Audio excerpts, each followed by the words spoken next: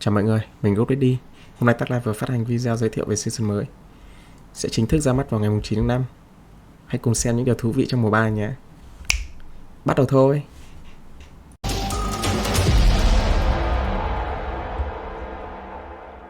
Hey everyone, it's Ian here from the operations crew. You must know by now that our new season's theme is the captivating Cube of Rapacity. Now let me walk you through some of the exciting highlights in this fresh season. First up, let's talk about the Cube of Rapacity's season's gameplay. In both the main story and Netherrealm stages, you might run into monsters that mark with greed by the Cube of Rapacity. When you defeat these unique mobs, you will receive a Desire Crystal, an item exclusive to that map and can be taken out of the map. Once you've taken down the stage boss, the Cube of Rapacity will make its appearance. Offer it a specific number of Desire Crystals to receive random rewards, but beware, don't get carried away by... Đầu tiên thì chúng ta đến với cái game content mùa này nhé. Game content mùa 3 sẽ xoay quanh cái khối Rubik này. Thì như các bạn thấy ấy, thì là sẽ đánh quái và nhặt cái Priest, sau đó dùng Priest để roll ở khối nập phương. Sẽ có những món quà ngẫu nhiên như Flame Fuel, Ember hoặc là một cái currency mới chẳng hạn. Greed, or you might anger the cube and lose all the rewards you've collected so far.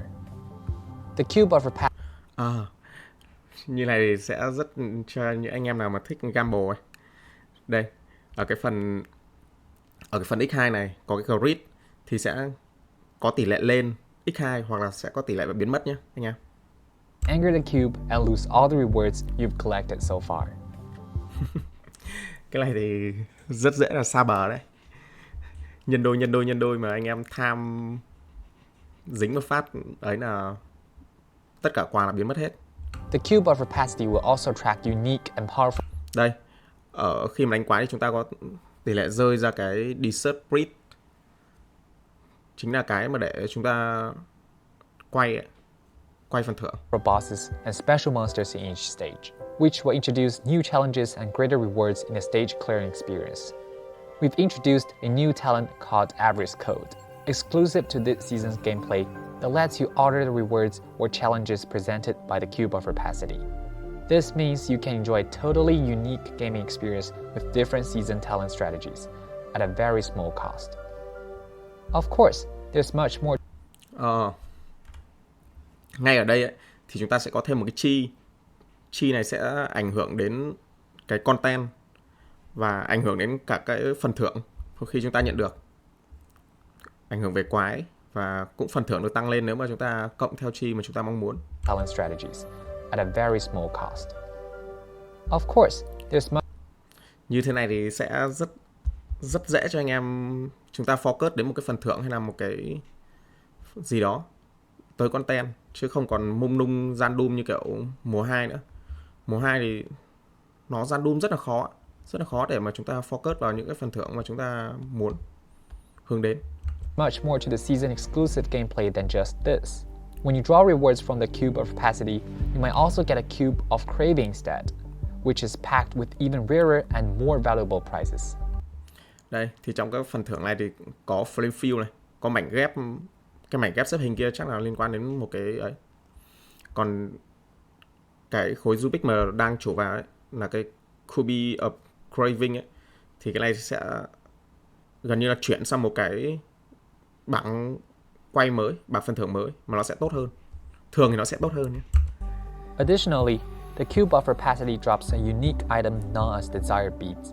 Desire Beads represent the physical embodiment of Cube of Rapacity's sway over human desires. Black market merchants are more than happy to trade their most precious wares for those coveted items. The special monsters... không phải, cái Desert Breed kia chính là cái đổi ở cái Black Market thì sẽ đổi các phép thần thưởng random. Còn cái để quay ấy chính là cái trong map mà nó hiện cộng 1 ấy. I mentioned earlier will also drop an item known as Desire Core. Desire Cores serve as tokens to challenge new supreme boss called Lore Bearer. As the supreme judge of the High Court of Desire, this formidable enemy presents a tougher challenge for hunters than ever before. Upon defeating the Lore Bearer, players can expect to receive special and incredibly attractive items, including Ở cái boss content của mùa 3 này thì sẽ giết con Now Beer. Có 2 con, cũng tương tự như SS1, SS2 thôi, đều có boss content của season. Thì mùa này thì players đánh can con boss này. expect to receive special and incredible Các phần thưởng như là item và các mảnh ghép. Mảnh ghép này chắc là khá là imba đây. attractive items, including the season's new precious item, Unifying Wedge, which can be used to restore divinity slates. Cái nguyên liệu đấy để dùng để nâng cấp các cái mảnh ghép nhé. The divinity slate I mentioned earlier plays a crucial role in the statue of the new god development system in this new season. The new god has bestowed upon hunters a fresh talent panel, Statue of the New God. Unlike previous talent panels, hunters can now combine and place multiple divinity slates on the Statue of the New Gods, granting them potent buffs. Each divinity slate is associated with a specific god and can hold up to 2 random talent affixes related to that god. Ở đây thì trong cái bảng talent này sẽ có thêm một cái talent mới. Talent này thì sẽ cho chúng ta ở dạng xếp hình ở các cái mảnh ghép, làm sao để chúng ta tối ưu được các cái mảnh ghép này vào trong một cái hình mà đã định sẵn. Thì làm sao chúng ta lắp ghép được càng nhiều mảnh mà các cái thuộc tính của mảnh làm sao để phù hợp với chúng ta thì càng tốt. Mà các cái thuộc tính này cũng khá là kinh đấy nhá. This allows hunters to tap into the power of the 6 gods. Ví dụ như cái này thì là copy những cái mà lốt nhỏ ở bên phải của cái mảnh ghép này. Without being constrained by the differences. Còn cái này thì là divert, là hình như là vô hiệu hóa các cái nốt trung bình ở bên dưới và cộng 30% cho cái God Talent Effect. Là cái hiệu quả của cái talent 30% ở bên trên cho mỗi cái vô hiệu hóa này. Cái core talent thì sẽ không ảnh hưởng nhé. Among the gods. Hunters can also enhance divinity slates through a unique branding method. However, once branded, these divinity slates become untradeable. Each successful branding.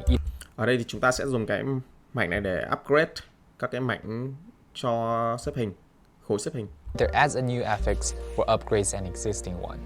During the enhancement process, there's a slim chance of converting an upgraded powerful affix into the new god's exclusive talent affix, known as the Divine Entropy. Divine Entropy grants hunters the ability to control the order and chaos. Keep in mind though, each divinity slate can only be branded a limited number of times, making it more challenging to acquire Divine Entropy. Unwanted divinity slate can be broken down into divinity fragments, which can either be phân giải thì chúng ta sẽ được một cái gọi là cái như kiểu là cái rác để mà chúng ta có thể mua được những mảnh ghép hoặc là những cái gì ngẫu nhiên mà liên quan đến cái content mùa này. Crafted into new random Đây là mảnh divinity ghép. slates or traded freely. The new god has also granted hunters access to new legendary divinity slates. These powerful slates come with divine entropy, amplify the effects of the order and chaos, and even enable hunters to consume the power of the 6 gods for even more powerful buffs. Having covered the season exclusive gameplay and the new system, thì như chúng ta thấy thì sẽ có một chây thứ hai của Tiết này và một hero mới chính là Binh. it's finally time to unveil the new heroes. Hey, I'm talking to you. Where did you lock up the old man? You wanted to Nhìn rất lock giống me echo up too? của I am Lão big. L nhá. Nhìn kiểu mặt bướng bướng. No place in this world can confine an escape.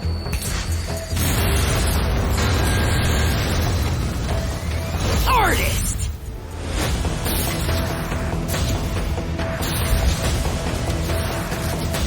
It isn't here. Not here either. Get out of my way! Photo, you old man, where are you?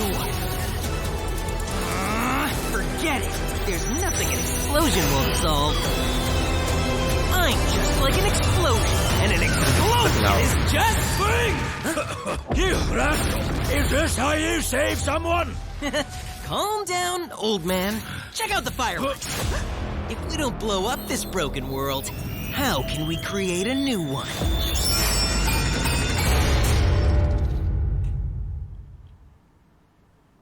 Bing, also known as the Escapist, famed for his flashy and powerful explosive skills. Anything that lingers in his hands for even a moment turns into a powerful bomb, constantly causing trouble for him, and that's why Bing's survival hinges on exceptional ability to escape. Escape is Bing's first hero trait, Blast Nova, loads projectiles into his beautiful... Cùng nhìn qua cái trait của con Bing này. Khi mà sử dụng các cái skill kiểu dạng tia ấy, projectile skill, có nghĩa là không định hướng, non-guiding đúng không? Và bạn sẽ thả ra một quả bom. Ok. Bom thả ra tốc độ sẽ được cố định ở là 1,5 lần trên giây. Bom sẽ tự động lỗ khi mà đặt xuống. Khi mà ok. Max sẽ là 10 bom trong cùng một khoảng thời gian. Fully crafted yet deadly bombs, which explode in a star-shaped pattern upon detonation. This enables Bing to take down enemies from more distant and secure positions. While Bing's bomb throwing speed remains constant, hunters can learn traits that enable him. Ở đây thì họ cho xem một cái trait này. Thì là Doom Shot cộng 60% projectile dam. Úi dồi ôi, mạnh phết nhỉ. Ngay từ cái đầu tiên đã khá là mạnh. Mỗi 100% attack speed thì sẽ cộng một bom. Cả attack skill lẫn spell skill đều giống như thế. Chẳng qua là thay attack speed và cast speed thôi.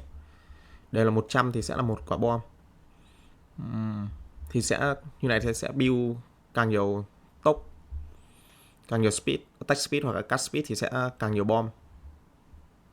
To throw multiple bombs at once. Covertly attach bombs to enemies or add special effects to bombs when thrown. The more bombs on the battlefield, the greater the explosion damage inflicted on enemy caught in the blast.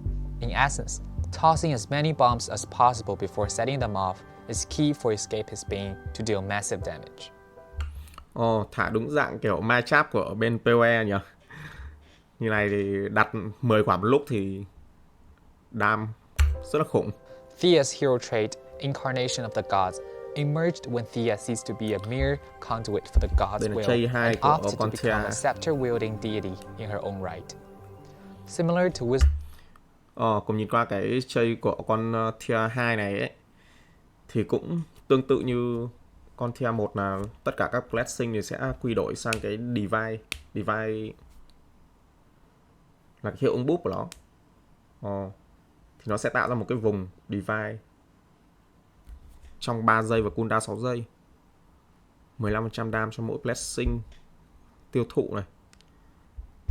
Khi máy active cộng dồn 10 lần cho 50%. Cũng tương tự thôi. Wisdom of the Gods, Incarnation of Gods consumes blessings with its hero trait skills to grant short-term explosive buffs. What sets Incarnation of the Gods apart from Wisdom of the Gods is that its divine realm doesn't really deal damage directly. Instead, it aids Thea in converting the gods' blessings. When Thea is outside her divine realm, she transforms her tenacity blessings into agility. Như mà mô tả ở dưới thì khi mà Thea ở ngoài cái vòng ấy, cái vòng búp ấy, thì cô ấy sẽ chuyển tất cả các tenacity blessing ấy thì sang agi, tức là cái này chuyển thủ thành đam này. Agility sẽ có attack speed và cast speed nếu mà khi mà ở ngoài vòng. Blessings, carrying out the goddess of hunting's edicts. This enables her to deal unimaginable damage to enemies with full life, based on the number of agility blessing stacks. Against powerful enemies who are unwilling to be punished, Thea can enter her divine realm, which converts agility blessings into tenacity blessings. Còn khi mà ở trong vòng búp divine realm đấy thì cô ấy sẽ chuyển tất cả các cái agility thì sẽ thành tenacity blessing, chính là chuyển đổi tốc độ đánh, thì sẽ sang cái tenacity blessing, chính là cái reduct dam ấy, giảm dam.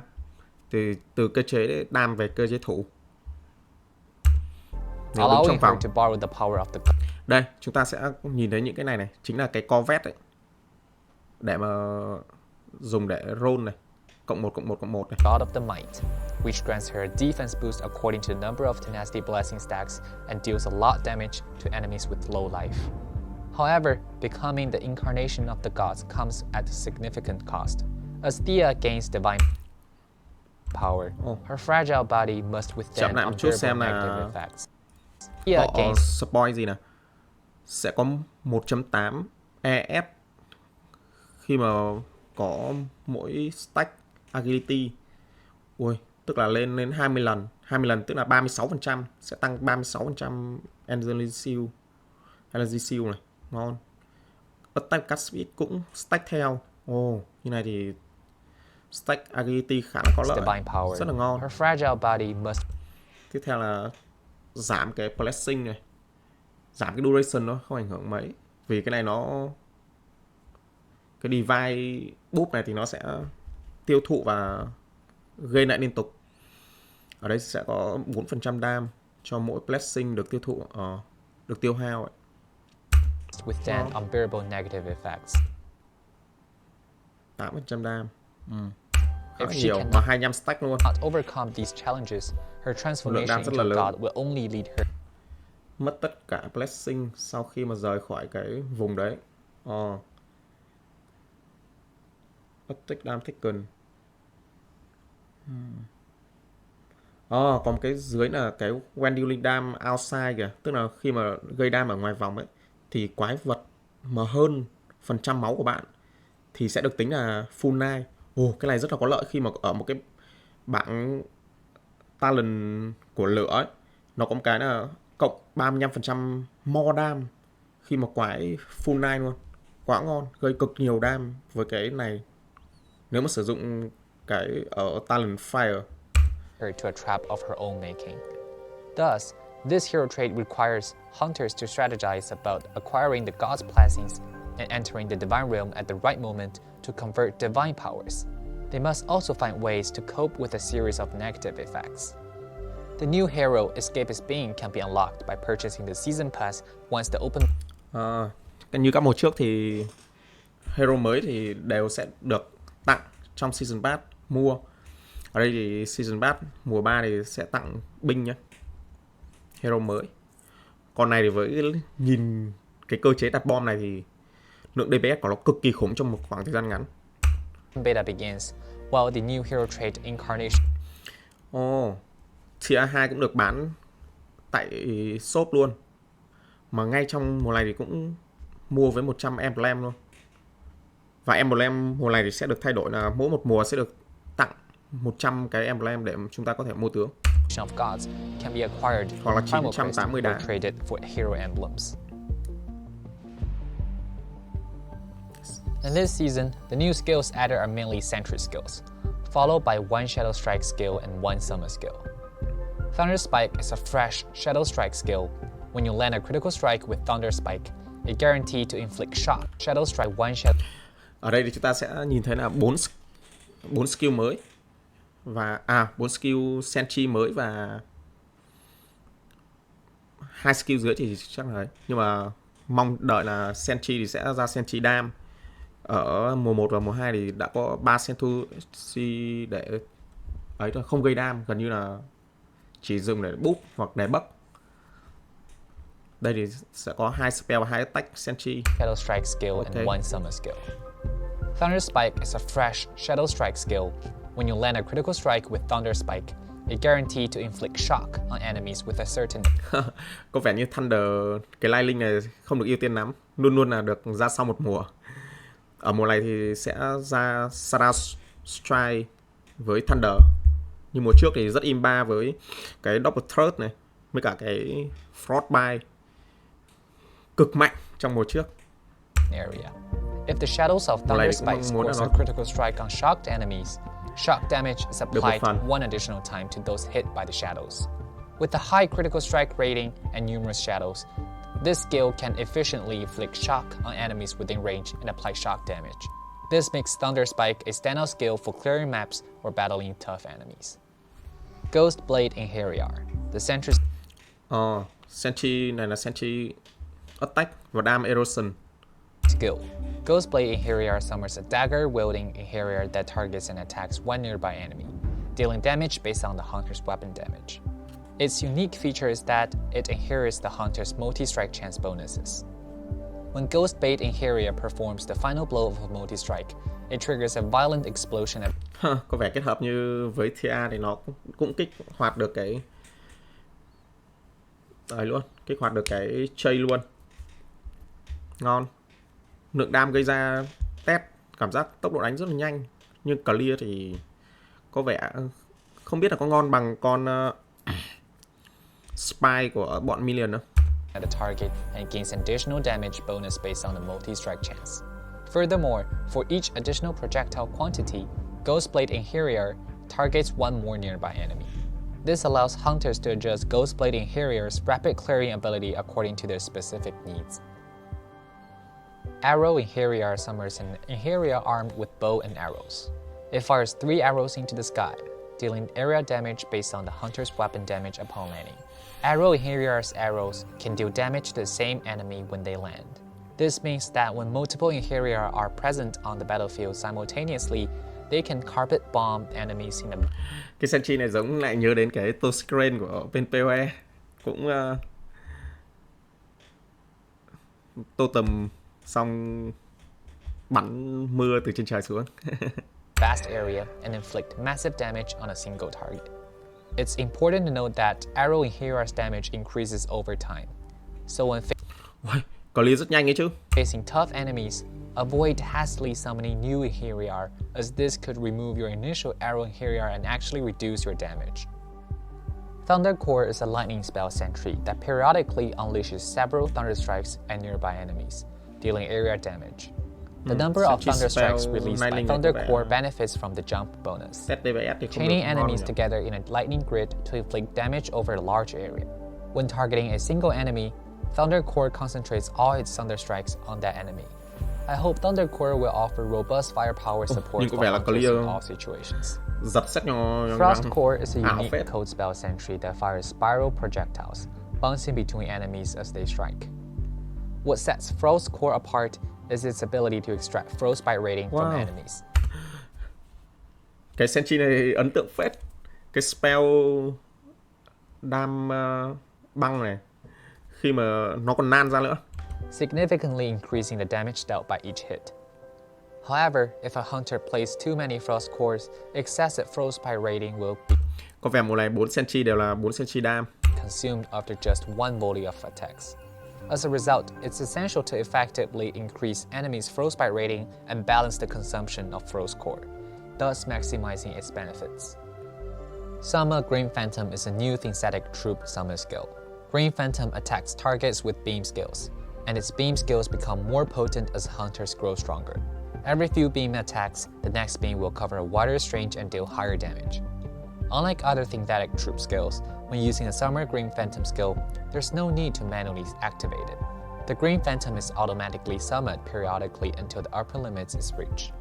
When hunters actively use the skill, they promote all green Tiếp theo là skill của Million. Summon spell. Summon Green Phantom. Cảm giác nó đánh như kiểu là cái Shadow Try nhỉ, những kiểu chọc. Với ba con này thì không phantoms biết là can như nào. instantly move to the target Cùng chờ đợi season 3 thì sẽ có biến cho Million. location and fire their destructive light cannon at the target, dealing high burst damage. We have prepared 13 new pieces of legendary gear for hunters in the Cube of Rapacity season. Today, I will introduce 2 pieces of legendary gear that have powers granted by the new god. Thì mùa mới thì sẽ có thêm 2 cái item này. The legendary belt, Law of the Supreme Will, has order and chaos buffs, which are a pair of mutually exclusive buffs provided by the new god. It causes the wearer to lose order and gain chaos. Cái order này có khi nó nói đến về sau ấy, tại vì cái order này khá là mới. This legendary gear increases cooldown recovery speed and movement speed when you have a high amount of order. To utilize this gear effectively, Focus on defeating enemies before your order runs out. The key to this is to kill enemies quickly before losing all of your orders. The other legendary gear is called Breaking the Eternal Wrist. When equipping this gear, the blessings of the 6 gods bring unavoidable debuffs due to the going against the will of the gods effect. However, this pair of gloves also grants you the power to devour the power of the gods. Every 4 seconds, you'll devour all blessings of the 6 gods on you and release an empowered skill based on the number of blessings devoured. Thus, hunters using this piece of gear will need to strategize ways to deal with the negative effects while obtaining unique and powerful buffs. Hero relics and hero traits are... Đặc biệt là mùa này sẽ có thêm 3 hero memory mới. Thì sẽ dành cho cái Gamma 2 này. Gamma băng. Thì cái này không chơi lắm. Thì ai chơi thì có thể ấy. Nhưng mà mình đặc biệt thích Lethal Flash. Và mùa này có một cái hero memory là chính là cái level 80. Chơi 80 là cái shotgun sẽ được đưa vào hero memory luôn. Chúng ta sẽ được free thêm một cái nữa. Không biết là có hiếm không? Độ hiếm thì không biết như nào. Còn cái này là spray elap, chính là cái mà Yoga 2 Dam over time. Closely related to one another.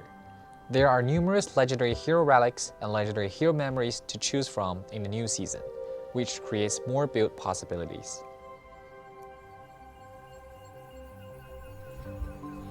In previous tests, the overall performance of the spell system was relatively weak, making it especially challenging to transition and progress smoothly in the mid-game. For this reason, we have designed Spell Burst, a new developed system. Chúng ta sẽ có một cái cơ chế mới, chính là Spell Burst. Nếu mà đọc theo mô tả thì sẽ là tự động cast spell skill với một số lượng nhất định. Khi mà cái Spell Burst này full chạc ấy, thì mà sử dụng cái spell tiếp theo thì sẽ active spell burst, và khi mà sử dụng thì sẽ tiêu thụ tất cả các stack chạc và sẽ tự động cast với số lần tương ứng. Cái này sẽ có cooldown. Ok.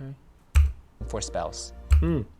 Cái cơ chế chạc này rất giống cái skill unnet của PoE, là khi mà chạc lại và chúng ta, nhưng mà cái này phải full thì bắt đầu mới được, sẽ tích lại số lần và chúng ta sẽ bắn ra tự động. Và khi mà bắn thì nó sẽ tự động bắn và chúng ta sẽ chạy thôi. With Spell Burst, hunters can consume Spell Burst stacks when using or triggering channeled spell skills. Based on the number of Spell Burst stacks consumed, they can automatically cast multiple spell skills in a burst within a short period of time, allowing for easy semi-automatic spell casting. Spell Burst is a powerful development system for spells. It enables hunters to have a relaxed and smooth map clearing experience while also allowing them to move around nimbly and avoid enemy damage. However, Spell Burst can only be consumed when it's at maximum stacks, so don't forget to upgrade the charge speed of Spell Burst when upgrading cast speed. We believe the additional of spell sẽ có support cái Spell Burst này. Vậy là nó sẽ có mỗi một lần Spell Burst thì sẽ một lần sử dụng skill. Ok. Và sẽ hồi chạc lại, lặp lại cái số lần này. Khi mà full thì lại sử dụng tiếp. Spell Burst will bring spells to prominence this season. It's time for spells to reign supreme. Command is a new mechanic designed for some of these builds, specifically addressing the monotony of using synthetic troop minions due to the lack of related attributes that can be developed. By adding Command, we have introduced additional development paths for synthetic troop minions and significantly increased. Theo mô tả thì cái cơ chế command mới này thì sẽ là mỗi một điểm command sẽ tăng 2% more dam và bigger chicken, tức là cái độ rộng mà. Cái tầm bắn. Và nó sẽ là thấp nhất là trừ 100 và cao nhất là 100. Và khi mà không phải là 0 thì nó sẽ trả về, tức là nó sẽ quay về số 0 ấy, tăng hoặc giảm về số 0 từ trừ 100 và đến 100. Sẽ về 0. Since command will always drop down to 0 quickly, changing the combat rhythm on synthetic troop minions can be achieved by developing command. Hunters can choose to develop command in a stable manner to ensure it is always within a certain range, allowing synthetic troop minions to deal consistent damage. Alternatively, special development methods can be employed to gain a large amount of command in a short period of time, making synthetic troop minions attack wildly in an instant to deal massive burst damage. However, this approach may cause you to lose all of your command quickly after bursting. As a result, the key to defeating powerful enemies with an army of synthetic troops lies in learning how to effectively gain and maintain command. This new mechanic offers a more engaging and dynamic experience for hunters who prefer summoning builds. Tiếp theo đến hệ thống The new craft. crafting system in Torchlight Infinite aims to retain the advantage of the previous system while addressing issues such as the lack of excitement and surprises during crafting. Bây giờ sẽ có hai chế độ craft, chính là cái prototype và cái target. Prototype thì sẽ có thể lock 2 affix. Nhưng mà tối đa chỉ có 4 affix thôi, không có 6 affix như bình thường. Cái là khi mà drop solid craft. Còn cái target thì sẽ thay thế cái cơ chế grab cũ, sẽ vẫn grab bằng ember bình thường, nhưng mà chi phí sẽ được tăng lên, tăng hơn. Ok. Chúng tôi sẽ có recommend là sử dụng prototype trước, sau đó mới sử dụng cái target. Ok, tiếp tục. The new system consists of two components: prototype crafting and targeted processing. Prototype crafting allows hunters to lock up to 2 affixes on a piece of gear and re-randomize it into a prototype gear with up to 4 fixed affixes. This process retains advanced affixes on gear, but the plasticity... Mỗi một lần nó sẽ... Đây, nó có cái biểu tượng này, Rapacity code là cái này. Sẽ mỗi đồ nó sẽ có một cái lượng này nhất định. Và khi mà ấy thì... Ui, grab này khá chát nhỉ. Khi mà khóa mode rồi thì mình mới chat. Ok. Mỗi khóa có thể khóa 2 và tối đa là 4 mode. Plasticity of the original gear decreases with each craft. Prototype crafting is not possible on gear with zero plasticity. This method enhances the looting experience, turning gear drops with advanced affixes into valuable crafting materials and making the crafting process more exciting. Targeted processing replaces the old crafting cái target đây, cái target đây, prototype là 4 mode và có thể khóa 2 mode. Target thì vẫn như bình thường này, nhưng mà chi phí có khá đắt. Ui, đắt quá, nhỏ. While hunters can still use Amber to craft desired affixes, they no longer have the option to save or revert affixes when crafting a single affix. Instead, they can pay a certain cost to... Ui, giờ full mode cũng có cơ chế refork luôn. Refork giảm mode đi để về cái cơ chế prototype state này. Revert the gear to its initial states before target processing. It is recommended that hunters use prototype crafting to create good prototype gear and then use target processing to craft other affixes. This combination makes obtaining... Cái cơ chế mới craft này thì sẽ khó hơn rất nhiều so với cũ đấy. Cái cũ thì chỉ cần chọn mode và giá rất là rẻ. Đến mode thứ 6 thì bắt đầu mới là dùng đến frame elementium. Còn bây giờ thì khi mà chúng ta mà sử dụng target sớm thì sẽ sử dụng FE luôn này. Powerful gear easier than before, Ember cũng but tốn rất là crafting nhiều. the best gear 10. becomes more challenging and strategic, enhancing the overall crafting experience for players. Torchlight Infinite is constantly working on game balance adjustments and optimizations based on player feedback and testing.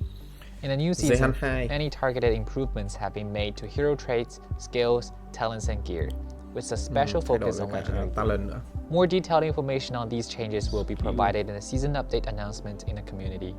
Continue updates. Cái này thì nó sẽ một cái patch load trong thời gian ngắn nhất, chắc là trước ra mắt. Optimizations are being. Còn một số thay đổi nữa thì như đây là practice bây giờ có thể switch luôn, có nghĩa là có thể nó sẽ tạo ra một cái những cái con theo một cái nhu cầu nhất định để farm ấy, thì nó sẽ switch qua lại với nhau. Và đây sẽ là higher dam limit, tăng giới hạn lên. Trước đây là chỉ giới hạn dam hit 2 tỷ mốt thôi, bây giờ sẽ tăng lên này. Hover bây giờ sẽ là chỉ vào hover thì sẽ hiển thị đồ luôn mà sẽ không cần phải click vào nữa. You are longer alone. Cái này thì hệ thống GUI sẽ không còn đơn độc nữa này. sẽ tạo ra và join a Hunter Association Community. Ủa, cái này dạng GUI à? Hay là Main gì to nhỉ? enhance various aspects of the game. Some examples include single hit damage limit can now exceed 2.1 billion. Netherrealm map Hay party affix nhỉ? Chắc không phải party chứ. customization, skill effect transparency adjustments, auto channel for skills and other switch features, advanced search in the trade house including searching for the repeated affixes.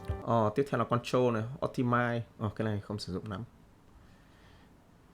Hunter profile, cái này thì nó tối ưu cái bảng profile, hiển thị tất cả thông tin nhân vật. Ôi, cái đặc biệt nhất là cái chase house này. Như mùa trước thì chúng ta sẽ phải dùng tip trick khá là phức tạp để mà tìm cái repeat affix, chính là cái affix trùng ấy. Thì cái mùa 3 này sẽ cho chúng ta luôn cái cơ chế là tìm dòng trùng. Path of the Brave improvements, addressing issues like the inability to pick up Reverse of the Dying. Pack Spirit. Tiếp theo là bạn không biết nếu bạn là một con gà. Nếu bạn là một con gà, nếu bạn không biết biết làm gì nếu bạn là một con gà. Ok, chúng tôi sẽ có một cái recommend giúp đỡ những người chơi mới học về cơ chế trong game nhanh hơn, dễ dàng hơn. Ok. Build configurations. These ongoing optimizations aim to provide players with a better gaming experience and cái này cũng là mới này. Hero Fork. Thì cái Hero Chain này sẽ không còn lấy trực tiếp khi mà đủ level nữa. Thay thế vào đó thì Hero chúng ta cần phải đánh quái ở level khác nhau trong cái Illusion này để mà upgrade cái Hero Chain. Bây giờ lấy cái Hero Chain sẽ khó hơn, phải đánh quái chắc là giống lab trong PoE. Cái RIP gameplay thì sẽ là Hunter. Cái này chỉ game liên quan đến continues to evolve and improving over time. ảnh hưởng lắm. Tiếp theo là pet. In the new và Cube skill. of Rapacity season, there will be a variety of new pack spirits with different appearances released, including a season gameplay exclusive drop pad, a general drop pad, and 2 battle pads. Drop pads will help increase loading efficiency, while battle pads will assist players when they hit growth bottlenecks. A variety of new outfits will also be released in the new season, with some being sold directly and others being released in boon events. Keep an eye on game announcements and boon events to discover more about these appearances. We're looking forward to seeing you guys in the new season and are committed to providing. Chúng ta sẽ lướt nhanh tất cả rồi. Ok, đây là những cái thảo luận của mình, chia sẻ của mình về cái content season 3 này. Ok, chào các bạn. Bye bye. Chúng ta sẽ, nếu mà có vấn đề gì hoặc là có những cái bản tiếp theo thì chúng ta sẽ tiếp tục cập nhật nhé anh em. Bye bye anh em.